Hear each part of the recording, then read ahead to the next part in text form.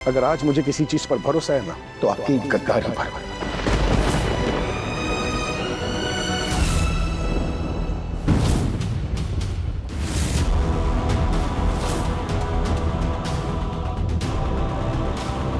नहीं सर, आप मुझे गद्दार नहीं बुला सकते। आप कुछ भी कह लीजिए, लेकिन मैं गद्दार नहीं हूँ। फरेबी, धोखेबाज, बेईमान, नमक हराम।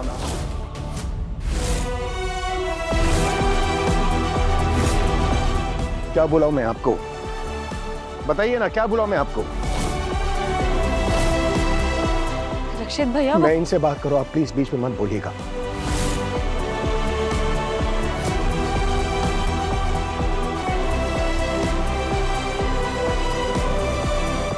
आप बताएंगे मैं क्या बुलाऊं आपको? बेरोजगार। 1 महीने बाद मेरे पास नौकरी नहीं होगी, बेरोजगार हो जाऊंगी मैं। इसलिए काम के सिलसिले में इनसे मिलने आई। मेरे पास मेरे काम के सिवा और कोई सपोर्ट है नहीं, और बेरोजगार रहने की सहूलियत भी नहीं है मेरे पास। कोई मेरे लिए छत नहीं तैयार कर रहा। अपनी छत, दरवाजे, दीवार सब मुझे खुद ही तैयार करने होंगे। इसलिए मिलने आई थी कि शायद ये मुझे नौकरी दे दे। इनके भाई ने मुझे जॉब ऑफर किया था कंपटीशन के बाद। वो पूछने आई थी कि वो जॉब अवेलेबल है अभी या नहीं। आप तो बहुत ही ज्यादा एम्बिशियस निकली। एक हाथ छूटा नहीं कि दूसरा पकड़ने के लिए तैयार। वो भी वो हाथ जिसने मेरी फैमिली की पीठ पर छुरा घोंपा हुआ।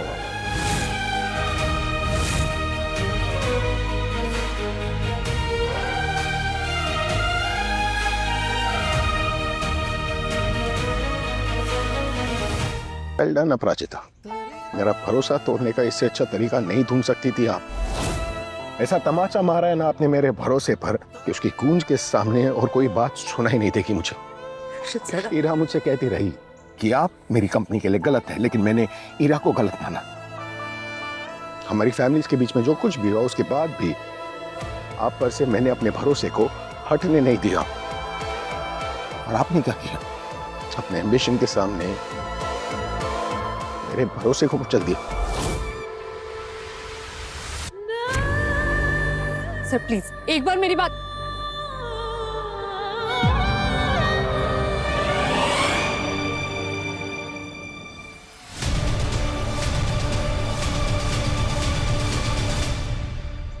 अपराजिता, ये तुमने क्या किया? मुझे बाहर क्यों नहीं आने दिया?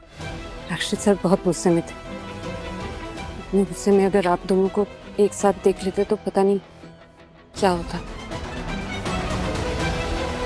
मुझे समझ ही नहीं आया, मैंने कभी उनको इतने गुस्से में देखा नहीं। इतनी छोटी सी बात है, मैं तो बस नौकरी की बात कर रही थी। बात इतनी छोटी नहीं है अपराजिता। जब मेरी और रवीना की शादी हुई थी तो सब बहुत खुश थे। इनफैक्ट रक्षित और रवीना तो दोनों मिलके मुझ पे हावी हो जाते थे। परफेक्ट देवर भाभी। और मैं बस रवीना के प्यार में पागल था। लेकिन ये बात मेरी माँ को अच्छी नहीं लगती थी। उन्होंने रवीना के साथ छोटी छोटी बातों पे इश्यूज क्रिएट करने स्टार्ट कर दिए। भाभी प्लीज घर लौट आइए। मैं हाथ जोड़कर आपसे कह रहा हूँ, वो घर आपका भी है ना। फिर आप जो कहेंगी वैसा होगा। नहीं रक्षित भैया, मोहित के साथ मेरा रिश्ता खत्म हो चुका है भैया। अब कुछ नहीं हो सकता।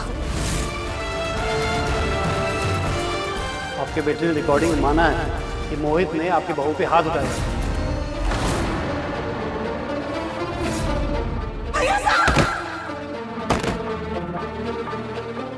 तूने पुलिस को गवाही दी।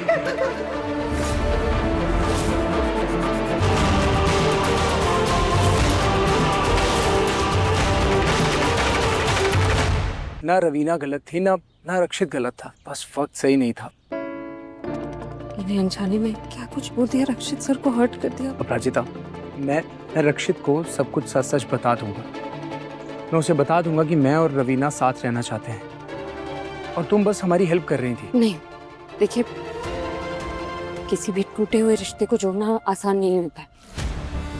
ऐसे रिश्ते को धीरे धीरे आराम से संभालना होता है। आप लोगों को अपने रिश्ते को सुलझाने के लिए थोड़ा वक्त चाहिए। और ये वक्त रक्षित सर के लिए बिल्कुल सही नहीं है। आप जानते हैं अरविंद अंकल को लेकर वो कितनी सेंसिटिव है। ऐसे में अगर आप दोनों के बारे में उन्हें पता चलेगा वो कहीं और अपसेट ना हो जाए, और मैं नहीं चाहती कि उनके गुस्से की वजह से आप दोनों के रिश्ते में फिर से दरार आ जाए। अब तुम करोगी क्या? पता नहीं, उन्हें मनाना होगा किसी भी तरह। इस वक्त उन्हें लगता है कि मैं ही गद्दार हूँ, उन्हें धोखा दे रही हूँ। वो मेरी कोई बात नहीं सुन।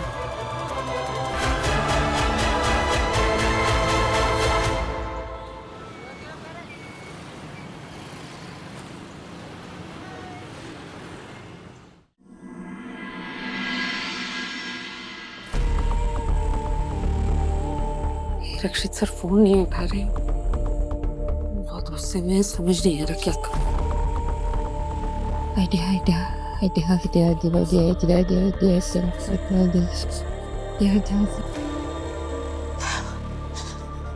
अप्पू, क्या हुआ? अब कुछ नहीं हुआ। अभी अभी को पता तो नहीं चला ना कि रश्मि के लिए रिश्ता ढूंढ रहा है। तुमसे फोन पर बात कर रही थी और सुन लिया उसने सब कुछ। तू चिंता मत कर, मैंने उसे समझाया और कहा कि मैं शांति से सोचकर उर्मिला से बात करूंगी अभी के लिए। अब वैसे भूख लगी होगी ना, मैं खाना लगाती हूँ, हाथ पैर धो। मेरा मन नहीं। कुछ हुआ है ना? क्या हुआ है? रक्षित ने कुछ कहा? नहीं, कुछ नहीं। अप्पू, रिश्ते ना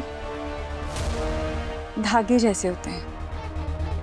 धागे में अगर गांठ लग जाए और उसे जल्दबाजी में खोलने जाओ तो गांठ कस के लग जाती है, लेकिन धीरे से, शांति से अगर उसे खोलने का ट्राई करो तो वो सुलझ ही जाती है।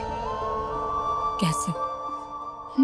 मुझे कोई रास्ता ही नहीं नजर आ रहा वहाँ।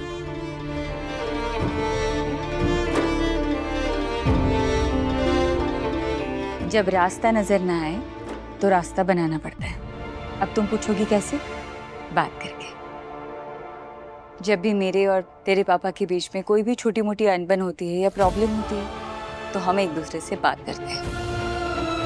वैसे बात मैं करती हूँ और सुलझाते वो हैं। लेकिन बेटा, जब भी ऐसा लगे कि हमारी आवाज़ उन तक नहीं पहुँच रही है तो इसका ये मतलब समझना चाहिए कि उनके मन में एक तूफान चल रहा है और उस तूफान के शोर में हमारी आवाज़ वो नहीं सुन रहे हैं। इसीलिए अगर हमने आवाज़ देना बंद कर दिया तो हम उन तक पहुंच ही नहीं पाएंगे। इसलिए आवाज़ लगाते रहो तब तक जब तक वो सुन ना ले। मैं खाना लगाती हूँ, तुझे भूख लगी होगी।